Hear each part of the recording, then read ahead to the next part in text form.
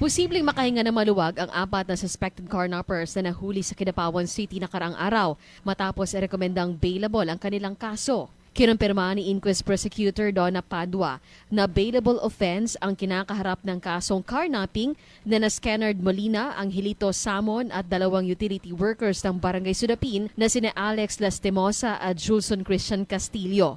Ayon sa piskalya, pasok ito sa piyansa dahil walang napatunayang coercion, intimidation o pananakot ng nakawi ng grupo ang motorsiklo sa Bonifacio Street, poblasyon nitong Lunes ng umaga.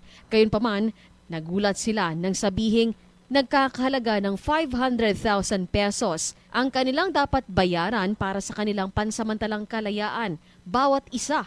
Batay sa joint resolution, 300,000 pesos ang itinakdang piyansa para sa kasong carnapping habang karagdagang 200,000 pesos naman para sa paglabag sa Section 11 ng Republic Act 9165 o illegal possession of dangerous drugs. Matatanda ang bukod sa nakaw na motor, na-recover din sa kuta ng mga suspect sa Barangay Sudapin ang 5 sachet ng pinaghihinalaang shabu. Nabatid na wala silang naipresentang Certificate of Indigency mula sa kanilang barangay habang isinasagawa ang inquest proceedings.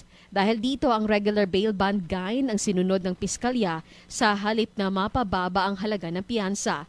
Dagdag pa sa bigat ng kanilang kaso ang lumabas na drug test result kung saan positibo ang 4 sa paggamit ng shabu. Sa ngayon, sila ay mananatili sa piitan hanggat hindi pa nakakapaglagak ng kabuang 2 million pesos para sa kanilang kalayaan.